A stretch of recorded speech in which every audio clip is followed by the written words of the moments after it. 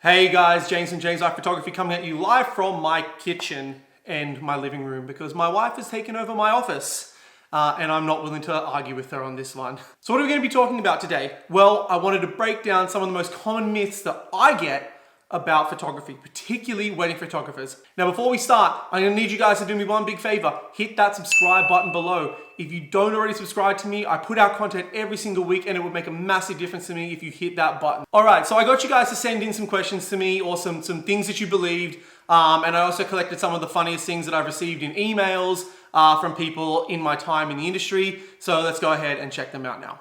Alright, if I buy the same camera as you, I will be just as good a photographer as you. That's like me saying if I buy as good a hammer as the guy who built my house, I'd be just as good a builder. No, that's obviously completely wrong. I would not be just as good a builder. Do not hire me to build your house. The camera is very important. I'm not gonna lie. I did start shooting earlier on many years ago with a really cheap camera, and it does not produce as good a result as what I'm now shooting with, which is a much more professional grade camera. However, it really is about the person using the camera. Now, if I went and used the old camera that I think was worth about $200 and just had the kit lens on it, I probably could create something pretty damn good. It wouldn't be as good as what I'm shooting with now because again, these are professional grade cameras and they cost me thousands of dollars and so do the lenses, but it is mainly about the person who's shooting with the camera. So if you just go ahead and grab a DSLR and say you go and get yourself a Nikon D750 or D810, if you don't have an eye for photography or you don't really kind of know how to compose a shot or how to get emotion out of people, you're probably going to struggle to take a great photo. You'll be able to edit the photo maybe nicely, but it really isn't going to come out as professional as I think a lot of people think. And this isn't even taking into account the fact that, for example, I, along with many other professional photographers, shoot in manual mode. Most people I know who are just hobbyists who have a DSLR camera, they tend to shoot in automatic mode, which kind of does a lot of the stuff for you, very similar to your phone, but it takes away a lot of the stuff you can do with the DSLR. So I think what we can really agree on here is that just having a great camera is not enough to make you a great photographer. You've got to be a great photographer to actually take great photos. All you do is press a button.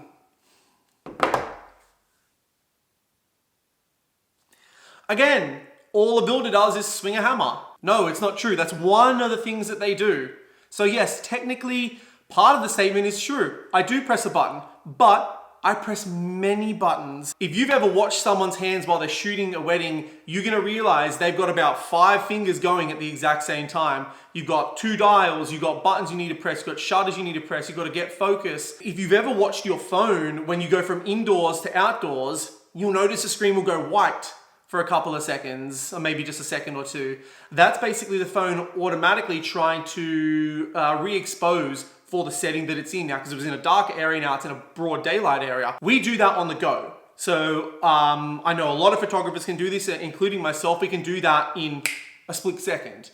We can make those kind of adjustments very quickly. And that's why we don't miss any shots when we're doing things like weddings, because obviously with weddings, you've only got half a second to get a lot of things. So you don't have time to wait for a camera to calibrate itself or to readjust for the exposure. You got to do it manually. So yeah, I'm clicking a button on the top, but all my other fingers are constantly scrolling dials, changing ISO, changing your shutter speed, making sure that everything is perfectly exposed so I do not miss anything from your day. Editing photos makes them fake. No, editing photos does not make them fake. Why do people think this? It's ridiculous. That's like saying getting makeup put on makes you fake. No, it doesn't. And no one ever, okay, yeah, some people say that. But basically, all you're doing is highlighting what is already there and really bringing it out. And it's no different to editing photos. So when I shoot a wedding or a portrait session, whatever it might be, basically, I'm adjusting all my camera settings to capture everything that's in the frame, and we shoot in what's called RAW format, so that all the data is captured. And then when I get it back onto the computer, basically everything is there. So I don't add things in, I don't take things out. I don't do Photoshop, so for those of you who are planning on asking me to Photoshop you to make you, 10 kilos lighter or make your chest larger or bring your waist in, I don't do that. But what I do is I bring out what's already there. So when the sun is hitting you, it's creating a highlight. Now that highlight might be a little bit more subtle than what I want. So what I will do is bring that highlight out, and I might decrease the shadows around it to really make it pop. It was already there. I didn't draw it in or brush it in. It was already there and I've just increased it. And that's basically what we do with editing. You know, I think a lot of people think that we go in and we completely change the image and that image never existed. You know, that's not what we do, particularly for things like weddings. The whole point of documenting your day is what was already there. So no guys, editing your photos does not make them fake. Got to unlock my phone again because I took too long being stupid. Can I have your preset filters so as my photography looks just like yours? This isn't Instagram, guys. For starters, we don't use filters. You nearly had it right with the presets, but no, just having the presets that I use is not gonna make your photos look identical to mine. Now I use, oftentimes I use quite a common set of presets that are used by a lot of other photographers, but our photography looks completely different. Why? Because we're different photographers. Just having the same camera and having the same presets is not gonna mean that we take the exact same photos and they look identical. But no, having the same presets is not going to help you achieve the exact same look as what I'm after. On top of that as well, you're really gonna wanna create your own image, your own vibe, your own set of kind of signature looks that you have in your images. You don't want to carbon copy someone else. Now don't get me wrong, when I first started out, that's exactly what I thought I wanted to do. I looked at the people above me and I thought, I just want to be like that. I just want to be like those guys and then I'll be getting bookings, you know, every day. And I tried that for a little while and it didn't work. Why? Because I can't copy someone else's signature style. It didn't work for me and it wasn't who I was and it wasn't something I enjoyed. So I came up with my own signature style and it's helped me a lot in my business. So no, if I gave you my presets, which you could easily just download off the internet if you knew what they were for, I think they're about $100 or something like that. You could probably, you'd have similar editing styles to me, but also you got to remember that as I've gone along, I've edited my own presets to the point where they're no longer really the presets that I purchased. I've fine-tuned them to be exactly what I wanted them to be. So even if you did use the same preset, it probably would look nothing like me. Damn it, the phone locked again. This other photographer I contacted gets way more likes on his photos than yours. Is he a better photographer than you? That one came straight from me asking people to ask me questions. I don't get that one very often, but I can understand why people might think that. So photographer A gets 1,000 likes on a photo. Photographer B, me, gets 150 likes on a photo. Stupid Instagram algorithm. Does that mean photographer A, I think I said this one's A, yeah, this one's A. Does that mean photographer A is better than photographer B, who is me? I don't know who photographer A is. But just having a lot of likes does not make you a better photographer. We can look at anything in the world. We can look at influencers and people that get, 30, 40, 50,000 likes on a photo. But how many things are they selling? What are they actually selling? How many dollars are they bringing in? Likes, unfortunately, don't equate to dollars. And there's a lot of black hat ways that people can get likes. You can buy them. You can buy bots to like your stuff. And yes, it does ramp up your social proof. And that's why some people think that more likes means better quality. But just having more likes does not make you a better photographer. What makes you a better photographer is if your art speaks to people more. So when I take a photo, I'm aiming to get some emotion out of people when they view the photo. And that's gonna come down to you because you're the one viewing it and you can't view it with anyone else's eyes. So you need to look at both of those, ignore the amount of likes and look at them and kind of go, which one do I like most? Which one makes me feel something more? And pick. This is my personal favorite one. This one gets asked me all the time. So if you're a photographer, leave me a comment below and let me know how often this gets asked of you and what you tell people. You must get paid $400 an hour. Why is that fair? You just press a button.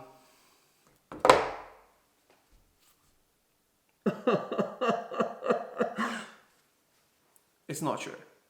We don't get paid $400 an hour. If I get paid $400 an hour, trust me, I'd be driving like a helicopter. We do not get paid $400 an hour. I'm not gonna break it all down for you on this video, but I'll give you a little bit of an idea. So we'll talk about weddings, because they're the one that people kind of most commonly say this about. So they see us there for 10 hours on the day and they see us charging a couple $1,000 and they go, divided by 10, paid a lot of money. What they don't do is they don't take out GST if you're in Australia. Tax, which is about 30% of it gone. So there goes about 40% of the entire fee. Then you got cost of goods. You got other staff to pay, second shooters, editors, videographers if you have videos. Then of course you've got travel time. Here in the Hunter, there are some places it's massive. There are some places that are 2 to 2.5 hours away from me. It's a 5-hour return trip. I got to pay for that. Rego, petrol, insurance, wear and tear on the car. There's a lot of things to pay for. And then you got to think about what we do before the wedding.